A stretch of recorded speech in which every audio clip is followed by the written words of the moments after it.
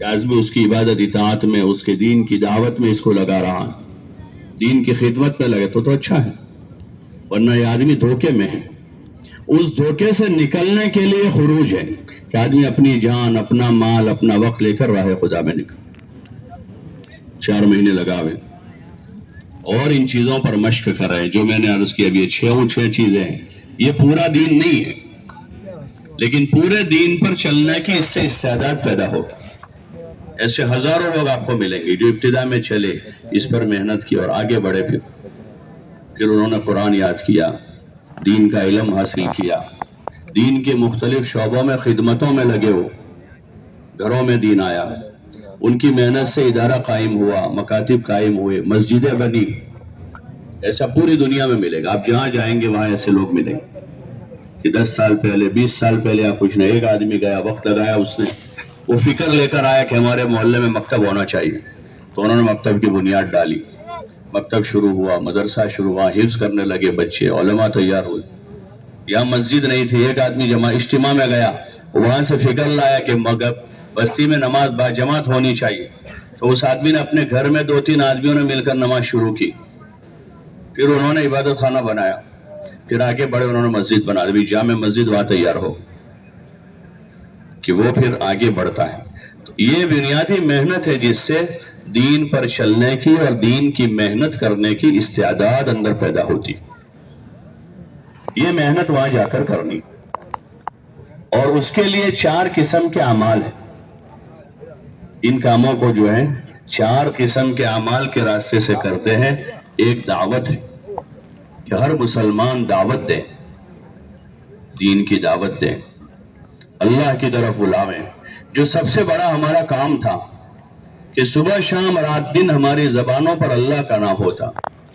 اس وقت کسی نہ کسی کا نام ہے ہماری زبان پر، کوئی آدمی اپنے سیٹ کو بولتا ہے بار بار، کوئی آدمی اپنی دکان کو بولتا ہے، کوئی اپنے کاروبار کو بولتا ہے، کسی کا ذریعہ بچہ بن گیا ہے بیٹا، تو بار بار کوئی مہمان، اصل میں ہمارا بڑا بیٹا ہے، وہ کماتا ہے اور وہ ہمارا خرچہ اٹھاتا ہے، وہ یہ کرتا ہے، اس نے گھر بنایا، اس نے زمین خریدی، اسی نے یہ مجھے بائک لا کر دی ہے، اسی بچے نے حج پڑھوایا، کرتا ہے نا آدمی۔ کسی کی دکان ہے تو جہاں جائے گا، اللہ کا فضل ہماری دکان ہے، اس دکان سے کیا، دکان سے یہ ہوا، دکان سے یہ ہوا، دکان سے یہ دکان، یعنی وہ کسی نہ کسی کو بول رہا ہے۔ ورنہ مفت میں بہت سے لوگ ہیں جن کو کوئی فائدہ نہیں ہے کسی سے، لیکن وہ مفت میں کسی کے دائی بنے ہوئے ہیں، ایڈورٹائز کرتے ہی رہتے ہیں، وہ مفت میں۔ ہماری پارٹی ہے، ہماری پارٹی، زیادہ مفت کے دائی وہی ہوتے ہیں پارٹیوں میں، ان کو ملتا کچھ نہیں۔ 50 سال کے دادا اس امید میں وہ ان کو گوڑ لگایا تھا کسی نے کونی پر کہ تم وزیر بن جاؤ گے، ان کے دادا کو، تو دادا نے تو زندگی پوری کی، پھر بڑے بیٹے کو گوڑ لگایا کہ باپا پچھی تمہیں اچھو بھائی، پھر ان کی بھی زندگی پوری ہوئی، بھی پوتا امید لگائے ہیں کہ ہمارے خاندان نے اس پارٹی میں بڑا کام کیا ہے، ہم کو کوئی وزارت مل جائے گی، اور وہ پارٹی کے گون گاتے ہیں۔ مولانا یوسف صاحب رحمۃ اللہ علیہ فرماتے تھے کہ وہ پارٹی کے لیے تیسرا کلمہ پڑھتے ہیں، تیسرا کلمہ پاک ہے اللہ، سبحان اللہ، ساری تعریف ہے ایک اللہ کے لیے، ان کے پاس ساری تعریف ہے اسی کے لیے، لا الہ الا اللہ، بس یہی ایک پارٹی ہے کہ اللہ اکبر۔ یہ دیکھو پورے ملک کی سب سے بڑی یہی ہے، پورے اسٹیٹ میں یہی بڑی ہے، ہمارے ڈسٹرکٹ کی سب سے بڑی ہے۔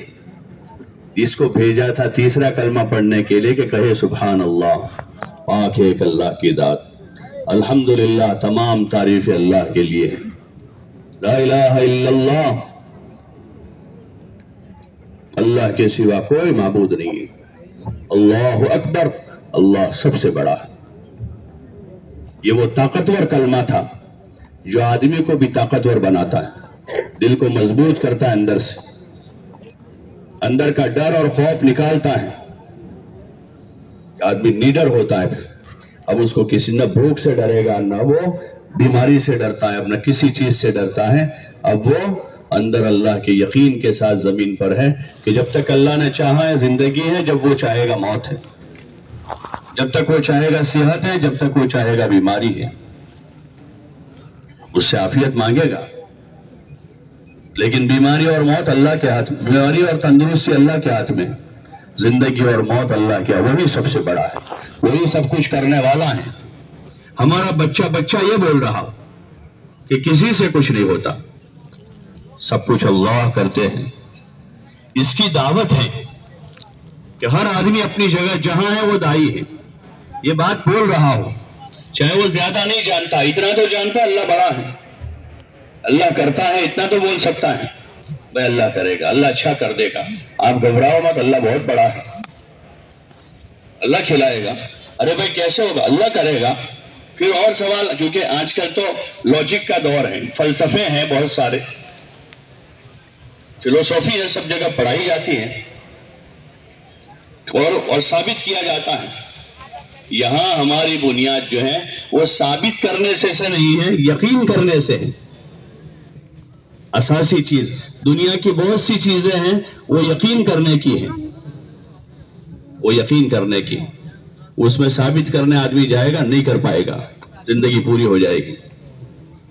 ایسے ایمان جو ہیں وہ یقین کرنے کیجئے کہ نبی علیہ السلام کی خبر کو سچی مان کر اس کی تصدیق کرتے ہوئے آدمی اللہ پر ایمان لایا ہے کہ اللہ ایک ہے، اس کا کوئی شریک نہیں ہے، وہ اکیلا کرتا دھرتا ہے،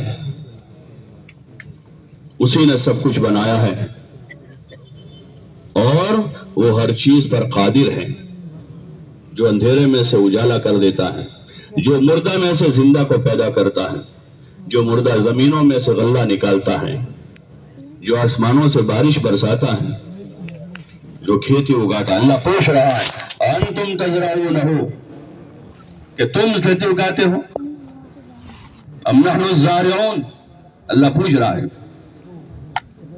کہ تم اگاتے ہو یا ہم اگاتے ہیں؟ کوئی جواب نہیں ہے، وہی اگاتا ہے۔ اس لیے دیکھیں گے آپ کے بہت سے وہ جو اللہ کو نہیں مانتے ہیں لیکن کھیتی کر کے اپنا غلہ ڈال کے جب آسمان سے بارش نہیں آتی ہے تو پھر وہ یوں ہاتھ کر کے کھڑے ہو جاتے ہیں کہ اب بارش تو وہی برسائے گا، تب یہ کھیتی ہوگی، ورنہ کھیتی نہیں ہوگی۔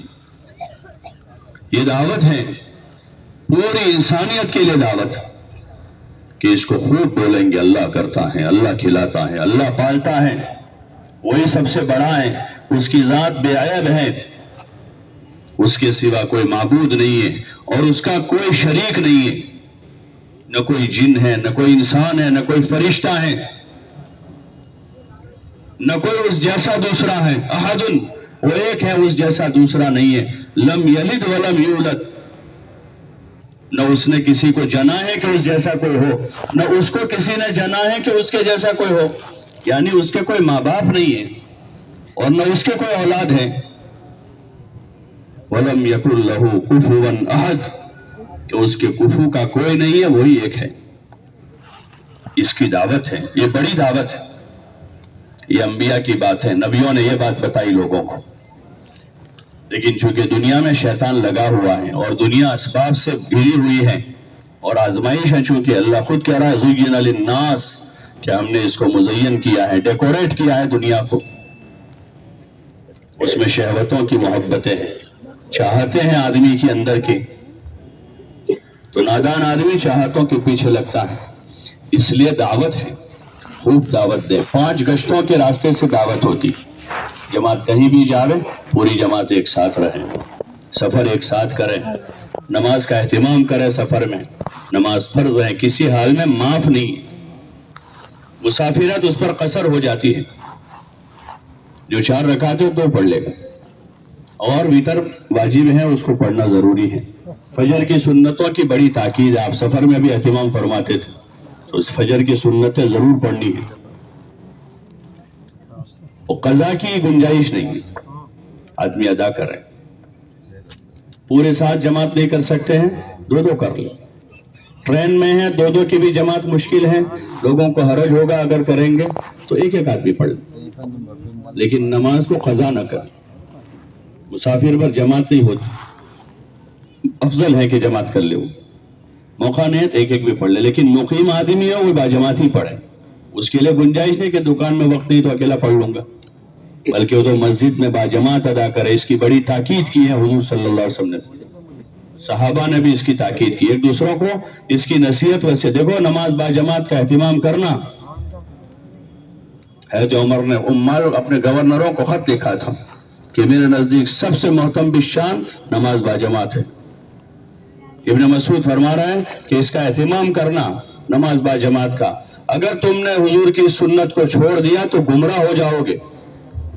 تو آدمی گھر رہتے ہوئے دکان کی وجہ سے جماعت نہ چھوڑیں، ترتیب دیں، لیکن مسافر ہے تو مسافر کی کچھ گنجائشیں ہوتی، لیکن نماز کی تاکید ہے کہ قضا نہ ہونے، سفر بھی ذکر فکر کے ساتھ ہو، دعوت کے ساتھ ہو، سیکھتے سکھاتے ہوں، غفلت کے ساتھ نہ ہو، یکسوئی کے ساتھ اپنا سارا ساز و سامان اپنی ضروریات ساتھ رکھیں، سامان ساتھ رکھ کے پھر اللہ پر توکل کریں۔ توکل جو ہے وہ سبب اختیار کر کے بھروسہ اللہ پر کرنا، یہ توکل ہے، اور سبب اختیار کر کے سبب پر بھروسہ کرنا یہ توکل کے خلاف کہ اللہ اس سے فائدہ پہنچائے۔ تو اس لیے اپنا سامان، سردی کا موسم ہے اس حساب کا سامان لیں، اپنے کپڑے، اپنی ضروریات، کوئی بیمار آدمی ہے، پریشر شوگر کا پیشنٹ ہے، اس کو کنٹینیو دوائی ہوتی ہے تو پورے سفر کی دوائی ایک ساتھ میں رکھ لیں، اپنی ضرورت کا پیسہ لے لیں، سنت کے مطابق سفر کریں، ابتدا سے ہی آداب کا مذاکرہ کریں، سنتوں کا مذاکرہ کریں، اور صرف مذاکرے کے لیے نہ ہو، مذاکرہ اس پر عمل کے لیے ہو۔ اس طرح سفر کریں اپنا، راستے میں اور لوگ ہیں، مسافر ہیں، ہر قسم کے لوگ ہوتے ہیں، ایمان والے بھی ہیں، غیر ایمان والے بھی ہیں، سب اللہ کے بندے ہیں، انسان ہیں، انسان ہونے کے ناطے بھی بہت سارے حق ہیں، کسی کو تکلیف نہ پہنچائیں، نہ اپنے سونے جاگنے سے، نہ ہماری باتوں سے۔ اس لائن کا تو ہمارے یہاں ابھی ہم کو ہوا نہیں لگی ہے کہ ہم تو باتیں کر رہے ہیں، تیسرے آدمی کو تکلیف ہو رہی۔ ٹرین میں دیکھتے ہیں کہ لوگ سوئے ہوئے، اوپر سے دو آدمی آمنے سامنے باتیں کرتے رہتے، کوئی آدمی موبائل میں زور سے کچھ بجا رہا، تو یہ ایذا ہے، کسی کو حرج نہ ہو، ہماری گاڑی سے تکلیف نہ ہو، ہماری سواری سے کسی کو تکلیف، ہمارے چلنے پھرنے سے، اس لیے ایک طرف چلنے کو کہا راستے میں، اپنا ساز و سامان ساتھ رکھے، اس کی حفاظت کرے، سفر اپنے ایمان کی بھی حفاظت کرے، اس لیے کہ سفر میں ہر قسم کا کہیں گانا بج رہا ہے، کہیں غیر محرم ہے، کوئی نظر بچانی ہے، یہاں سے کان بچانا ہے، وہ کان میں پڑ رہا ہے مسلسل، تو اس سے آدمی حفاظت کرے گا۔ ان کا قصہ ہے مشہور ابن عباس کا کہ انہوں نے کہا بج رہا تھا تو کان میں انگلیاں ڈال دی، پھر اخیر میں کیا کرے، اپنے قابو میں نہیں تھا تو اخیر میں انگلیاں ڈال دی۔ آدمی بہت زیادہ کا شور ہوتا ہے، وہ برداشت نہیں کر پاتا دماغ، تو آدمی انگلیاں ڈال دیتا ہے نا، سنتا نہیں، بہت بدبو ہوتی ہے، نہ برداشت نہیں کر پاتی اس کی قوت، تو آدمی ایسے کر دیتا ہے، کرتا ہے، رومال رکھ دیتا ہے کہ بہت بدبو آ رہی، یا خوشبو لگا لیتا ہے اس بدبو کے مقابلہ کرنے کے، تو خوشبو سونگے گا۔ تو ایسے جو گناہ ہیں آدمی کا کیا کرے، بچا نہیں جاتا ہے، عورتیں سامنے آ جاتی ہیں۔ اللہ نے سب سے زیادہ اسپیڈ سے چلنے والی کوئی چیز ہو تو پلکیں ہیں، مثال بھی دی جاتی ہے، پل جھپکنے کے برابر ہے، سب سے کم وقت پل جھپکنے کے برابر، تو اتنی اسپیڈ سے ایک آدمی غیر محرم سامنے تو فوراً جھکا دے گا، کیا کرے گا، اور جب تک وہ سامنے رہے جھکائے ہوئے رکھے، آدمی جھکے رہے گا، آنکھیں دکھتی ہے کیا اس کو، اگر آدمی نظر جھکائے ہوئے رکھے گا تو آنکھ دکھتی ہے، ارے بولو نا، بلکہ زیادہ دیکھنے سے دکھتی ہے۔ لیکن آدمی جو کہتا ہے کہ اصل میں کیا کرے اور بچا نہیں جاتا ہے، ایسا ہے ویسا ہے، یہ سارے بہانے ہیں، تو ہی نہ چاہے تو بہانے ہزار ہیں، ناچ نہ جانے آنگن ٹیڑھا، یہ سیکھا نہیں ہے، نظریں جھکانا، گناہ سے بچنا سیکھا نہیں ہے، اس لیے مشق کرنی، اس کے گناہوں سے بچتے ہوئے، نظریں جھکاتے ہوئے، سنتوں پر عمل کرتے ہوئے، دعائیں پڑھتے ہوئے، اللہ کی مدد لیتے ہوئے آدمی سفر کر رہا، دعوت دیتے ہوئے، کسی کو سورہ فاتحہ سکھا رہے ہیں، کسی کو سورت سکھا رہے ہیں، کسی کو نماز سکھا رہے ہیں، کسی کو ایمان سکھا رہے ہیں، سیکھ رہے ہیں، سکھا رہے ہیں، اس طرح سفر ہو۔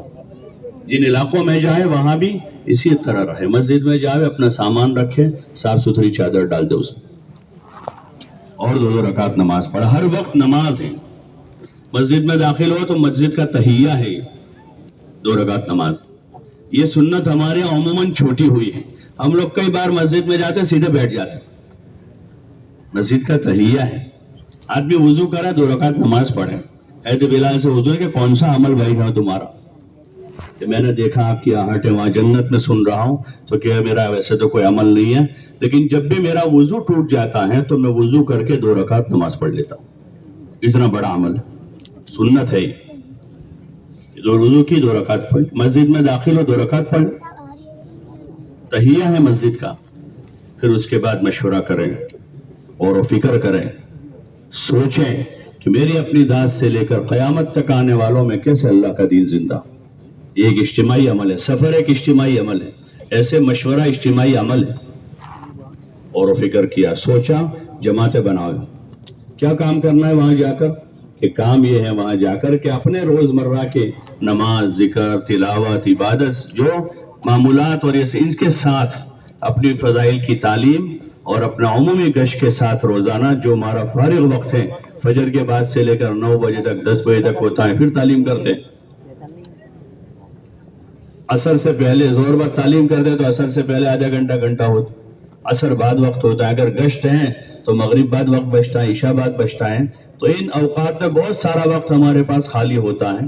ان اوقات میں 2 3 کی جماعتیں بنا کر جو مکانات اس مسجد کے اطراف میں ہیں وہاں کے 100% بالغ مردوں سے ملاقات کا نظام بناؤ۔ دعوت دینے کے لیے ایک طریقہ ہے، دعوت دینے کے لیے ایک طریقہ ہے کہ جو ساتھی ہیں 2 3 کی جماعتیں بنا لیں۔ مسجد اور جماعت میں بھی یہی کرتے ہیں، محلے میں کہ مسجد کی جماعت میں 15 آدمی بیٹھتے ہیں، 3 کی 5 جماعتیں بنا لی اور مکان تقسیم کر لیتے۔ ہر جماعت اپنے مکانوں میں محنت کرے جا، لوگوں سے ملے، لوگوں سے مل کے کیا کرنا ہے؟ سلام کرنی ہے۔ بہت بڑی سنت ہے کہ سب سے سلام کریں۔ عبداللہ ابن عمر رضی اللہ تعالیٰ عنہما ایک مرتبہ گھر سے نکلے، ایک نوجوان صحابی تھے، ان کو کہا چلو بیٹا، تو ان کو ساتھ لے کر بازار گئے اور بازار میں ایک چکر لگا کے واپس آ گئے۔ پھر دوسرے دن نکلے، وہی لڑکے وہاں کھڑے تھے، ان سے کہا چلو بھائی، تو کہنے لگے چچا جان آپ کو کچھ کام تو ہوتا نہیں ہے اور خالی بازار جاتے ہو؟ تو وہ ذرا موٹے تھے، ان کا موٹو ایسا ان کو کہا ذرا محبت میں، مجھے کوئی کام تو نہیں تھا لیکن میں مسلمانوں کو سلام کرنے کے لیے بازار گیا تھا۔ کیوں گیا تھا؟ سلام کی فضیلت ہے، سلام کریں۔ ملاقاتوں میں جاتے ہیں نا، میں کیا کرنے کا ملاقات کہ پہلے تو سلام کریں، تو سلام کرنے سے محبت بڑھتی ہے، زیادہ سے زیادہ لوگوں کو سلام کریں۔ لوگ شہرت کے اسباب تو بہت اختیار کرتے ہیں لیکن جو مسنون طریقے ہیں محبت بڑھانے کے اس پر ہم عمل کم کرتے ہیں۔ یہ طریقہ ہے ہم سب کو سلام کریں۔ اب اس میں جماعتیں بن کر گئی ہیں 2 3، وہاں جا کر ہر گھر جاویں، دستک دیں، بھائی کو آواز لگاویں، اگر خود موجود ہے سیدھے ان کو سلام کریں، نہیں ہے جب باہر آئے گا السلام علیکم اور مسافہ کریں۔ مسافہ سلام کا تکملہ ہے، اصل سلام ہے، اور سلام میں بھی وہ کلمات ہیں، خالی ایسے ایسے کرنا وہ سلام نہیں ہے، بلکہ خالی ایسا کرنے سے سلام ادا نہیں ہوتی۔ کلمات ادا کرے آدمی، السلام علیکم ورحمۃ اللہ وبرکاتہ۔ آدمی دور ہے، ہماری آواز نہیں سنے گا تو اس کو متوجہ کرنے کے لیے اگر آدمی بولنے کے ساتھ ساتھ ایسا کرے تو حرج نہیں، باقی خالی وہ یوں کرے یا یوں کر دے تو اس سے سلام نہیں ہوئی، یہ سلام کی سنت ادا نہیں ہوتی۔ سلام کریں گے السلام علیکم ورحمۃ اللہ وبرکاتہ، وہ جواب دیں، محبت بڑھے گی۔ پھر اس کے بعد اب ان سے بات کریں گے، خیر خیریت پوچھے، بات کریں۔ یہی باتیں جو میں نے ابھی عرض کی 6 صفات کی، ایمان، نماز، علم، ذکر، اخلاق، اخلاص اور دین کی محنت، یہ ہر مسلمان سے بات کرنا اور ان باتوں کو دہرانا ہے بار بار۔ کپڑے والا 50 سال سے دکان لے کر بیٹھا ہے اور روزانہ کاٹن، پولیسٹر 40%، 60%، 70% کاٹن ہے، 30% پولیسٹر ہے، یہ ہے وہ بولتے ہیں، ابھی تک وہ تھکا نہیں ہے، بلکہ جس دن گاہک نہیں آتے اس دن تھک جاتا ہے، یار آج کوئی ہے نہیں۔ اور جتنا زیادہ گاہک کو خوش ہوتا ہے اتنا زیادہ بولنا پڑتا ہے اس کو، اور وہی بول رہا ہے، لوہے والا لوہا بول رہا ہے، لکڑے والا لکڑا بول رہا ہے، اور یہاں آدمی کہتا ہے یار ایک ہی ایک بات، ہر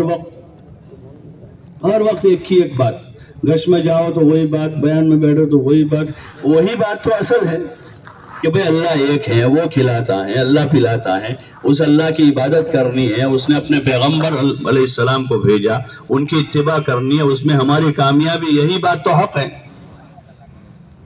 دین پر زندگی گزارنی ہے، اخلاق اچھے بنانے ہیں، اخلاص پیدا کرنا ہے، اللہ کا ڈر پیدا کرنا ہے، جو اصل بات ہے۔ لیکن جہاں پیسہ ملتا ہے تو وہاں آدمی یہ نہیں کہتا کہ ایک کی ایک بات، یہاں آدمی کو دین ملے گا، ہدایت ملے گی۔ آپ صلی اللہ علیہ وسلم کی احادیث جو ہیں، ہم دیکھیں محدثین نے جمع کے کہ ایک ہی حدیث کتنی مرتبہ آپ بولے ہیں وہ بات، کبھی جوانوں کو سنائی، کبھی بوڑھوں کو سنائی، کبھی مجمع میں سنائی، کبھی انفرادی میں سنائی، کبھی ان کو سنائی، کبھی ان کو بتائی، وہی باتیں ہیں۔ اور قرآن شریف کا دور ہے، وہی قرآن شریف ہے، اس کا دور ہے۔ نماز کے طریقہ ترتیب ہے وہی کی وہی ترتیب، زور میں بھی اسی طرح ہاتھ باندھنے کے ہیں، رکوع کرنے کا ہے، 2 سجدے کرنے کے ہیں، قاعدہ ہے، سلام پھرنے کی ہیں، عصر مغرب عشاء فجر سب میں وہی ہے۔ اس لیے یہ باتیں ہیں جو بنیاد ہیں، اس سے آگے کی توفیق ہوگی، اس لیے دعوت دیں اور ان کو بھی تیار کریں نکلنے کے لیے، نکلیں گے ایک وقت لگا کر وہ سمجھیں گے۔ اس لیے ہر جگہ سے نقد جماعت بنانی، اس کے ساتھ ساتھ ہی ہر جگہ مسجد وار جماعت بنانی، کہ وہاں کچھ لوگ ایسے تیار ہو جاوے کہ جو ہمارے جانے کے بعد بھی وہاں محنت کریں اور روزانہ مشورہ کریں، روزانہ فضائل کی تعلیم کریں، وہ جماعتیں بنا کر ملاقاتیں کر کے مسلمانوں میں دین کی بات کریں، نماز کے لیے، اعمال کے لیے، اخلاق کے لیے، دین کی دعوت کے لیے ان کو تیار کریں، گھر گھر میں دین زندہ ہو اس کے لیے فکر مند کریں، چھوٹے بچوں کی تعلیم کا نظام بنے اس کے لیے ان کو فکر مند کریں۔ اس کے لیے مسجد کی جماعت ہوتی، اور وہ وہاں جماعت ایسی محنت کرے کہ ان کے پیچھے ہر مسجد میں مسجد وار جماعت بن جائے، اور 24 گھنٹے کا اپنا نظام ایسا بناوے کہ ساری نمازیں تکبیر اولیٰ کے ساتھ پڑھیں، ساری نماز تکبیر اولیٰ فوت نہ ہو۔ جماعت میں جانے کے بعد بھی اگر تکبیر اولیٰ فوت ہو گئے تو گھر رہ کر کیسے ہو؟ جماعت میں جا کر بھی اگر تکبیر اولیٰ سے نماز نہ ملی تو گھر رہ کر کیسے آدمی پڑھے؟ اور جماعت میں جا کر اگر تہجد نہ پڑھ سکا آدمی تو جماعت میں گھر رہ کر کیسے پڑھ سکے؟ وہاں رہ کر آدمی روزانہ ایک پارہ نہ پڑھ پاوے تو گھر رہ کر نہیں پڑھ سکتا۔ وہاں رہ کر بھی آدمی روزانہ اگر 3 گھنٹے 4 گھنٹے محنت میں ملاقاتوں میں نہیں لگا پائے گا، وہ آدمی گھر آ کر 2.5 گھنٹہ نہیں لگا سکے۔ اس لیے ان اعمال کا پورا اہتمام کریں، یہ دعوت ہے۔ ایسے تعلیم کے دوران تعلیمی گشت، جب تعلیم ہو تو باادب بیٹھے، باوضو بیٹھے، ہو سکے تو خوشبو لگا کر تعلیم میں بیٹھے۔ خوشبو لگا کے آدمی فریش ہوتا ہے، وضو کر کے غسل کر کے کپڑے اچھے پہن پھر خوشبو لگا فریش ہوتا ہے، شادی میں جاتا ہے، منگنی میں جاتا ہے، خوشبو لگاتا ہے۔ تو یہاں ہم دینی حلقوں میں بیٹھیں، تعلیم میں بیٹھیں، مسجد جاویں تو اس میں اصل جو ہماری زیب و زینت ہیں مسلمانوں کی، وہ عبادتوں کے واسطے ہوتی ہے۔ جیسے جمعہ کا دن ہوتا ہے، خاص عبادت ہے، سب کو جمع ہونا ہے، تو سنت ہے آدمی غسل کریں، اچھے کپڑے پہنیں، خوشبو لگاویں، اہتمام سے اور مسواک کریں۔ عید کا دن ہے، غسل کریں، خوشبو لگاویں، نئے کپڑے پہنیں، اچھے کپڑے پہنیں۔ ہماری زیب و زینت تو عبادتوں کے واسطے، گھومنے پھرنے کے واسطے تھوڑا ہے۔ تو آدمی مسجد میں آتا ہے، فجر میں میلی لنگی پہن کے آ رہا ہے، اور 7 بجے کام پر جاتا ہے تو اجلے کپڑے پہن کے جا رہا ہے۔ شام کو آدمی گھر میں اچھے کپڑے اتار کر میلے کپڑے پہن کر پھر مسجد آتا ہے، اور اللہ پاک کا ارشاد ہے خذوا زینتکم عند کل مسجد ای عند کل صلاۃ، کہ ہر نماز کے وقت زینت اختیار کرو، صاف ستھرا رہے آدمی، سر بھی ٹھیک ٹھاک رکھے۔ حضور صلی اللہ علیہ وسلم بال رکھتے تھے تو آپ بال کو ٹھیک ٹھاک رکھتے تھے، اہتمام سے تیل لگاتے تھے، بالوں کو ٹھیک کرتے تھے، پورا سر ڈھانپ لے ایسی ٹوپی پہنتے تھے سر پر، اور آپ خوشبو لگا، حالانکہ آپ کے پسینے میں خوشبو تھی، آپ کا پسینہ بھی خوشبودار تھا، پھر بھی آپ خوشبو لگاتے تھے، آپ صاف ستھرے تھے۔ آپ کے دانتوں کا تذکرہ جہاں کیا ہے ام معبد نے کہ وہ ایسے کہ روشنی نکل رہی ہے آپ کے منہ سے، ایسے دانت ہیں۔ آپ صلی اللہ علیہ وسلم پھر بھی اہتمام سے مسواک کرتے تھے۔ کتنی بار سیرت کی کتابوں میں دیکھتے ہیں مسنون جہاں لکھا ہے مسواک کا تذکرہ ہے کہ آپ صبح اٹھ کر مسواک کرتے، استنجا کرتے تھے، پھر وضو کرتے تھے تو مسواک کرتے تھے، گھر میں داخل ہوتے تھے مسواک کرتے تھے، گھر سے جاتے تھے کسی مجلس کی طرف مسواک کرتے تھے۔ جمعہ کے دن مسواک ہے، عید کے دن مسواک ہے، ہر وضو کے وقت مسواک کرتے تھے۔ بعض جگہ آتا ہے کہ ہر نماز کے وقت آپ مسواک کرتے تھے۔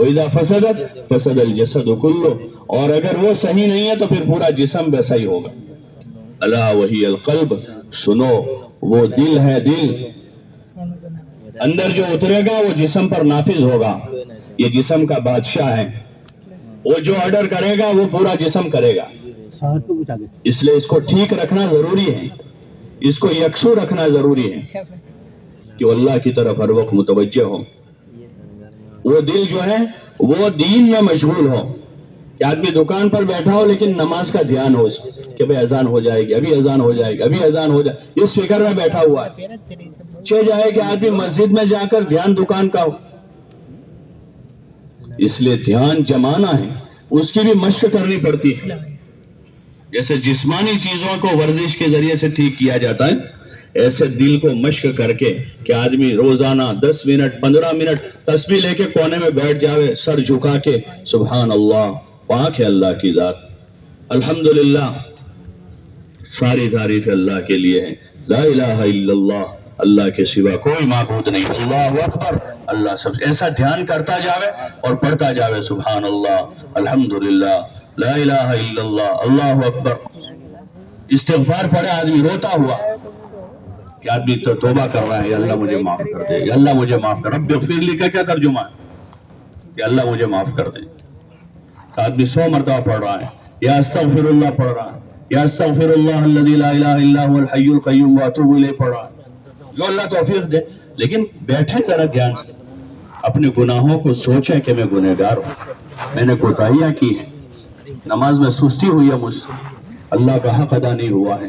رسول صلی اللہ علیہ وسلم کا بڑا حق میرے اوپر بنتا تھا، بڑا حق بنتا تھا. خالی 2 نعتیں سن لینے سے حق ادا نہیں ہوگا،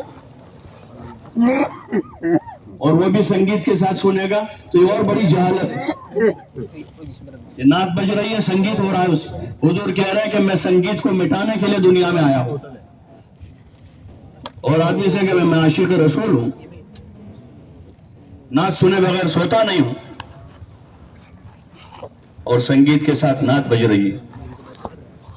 آدمی بیٹھے دھیان جما کر درود شریف پڑھے. وہ سب سے بہتر کلمات ہیں جو آپ نے سکھائے، ان صیغوں کے ساتھ، ان کلمات کے ساتھ جو حدیثوں میں وارد ہوئے ہیں، اس سے بہتر اور نعت کون کہہ سکتا ہے؟ جو خود آپ کہے ہو، اس سے بہتر کون ہو سکتا ہے؟ جو کلمات آپ نے سکھائے ہیں، جو صیغے آپ نے ارشاد فرمائے درود کے، ان صیغوں سے بہتر اور کوئی نہیں کہہ سکتا. کہ ان صیغوں کے ساتھ آدمی روزانہ بیٹھ کر صبح 100 مرتبہ، شام کو 100 مرتبہ حضور صلی اللہ علیہ وسلم کی قربانیوں کو سوچتے ہوئے، تو پھر آپ سے قلبی تعلق پیدا ہوتا جائے گا، تار جڑتا جائے گا آپ سے، آپ کی محبت بڑھے گی. اور آپ کی محبت کی علامت یہ ہے کہ روزانہ آپ کے طریقوں کی محبت پیدا ہو. ان المحب لمن يحب مطیع، کہ آدمی جس سے محبت کرتا ہے اس کی اطاعت کرتا ہے. کہ آدمی دن بھر نافرمانیاں کرتا رہے، سال بھر نافرمانیاں کرتا رہے، 2-4 دن 5 دن آپ کی نعت کسی محفل میں، مجلس میں، اور وہاں بھی سنگیت بج رہا ہے، اور ایران توران ہو رہا ہے، وہاں پر مرد عورتیں جمع ہو رہی ہے وہاں پر، اور آدمی یہ سمجھ رہا ہے کہ اللہ کے رسول سے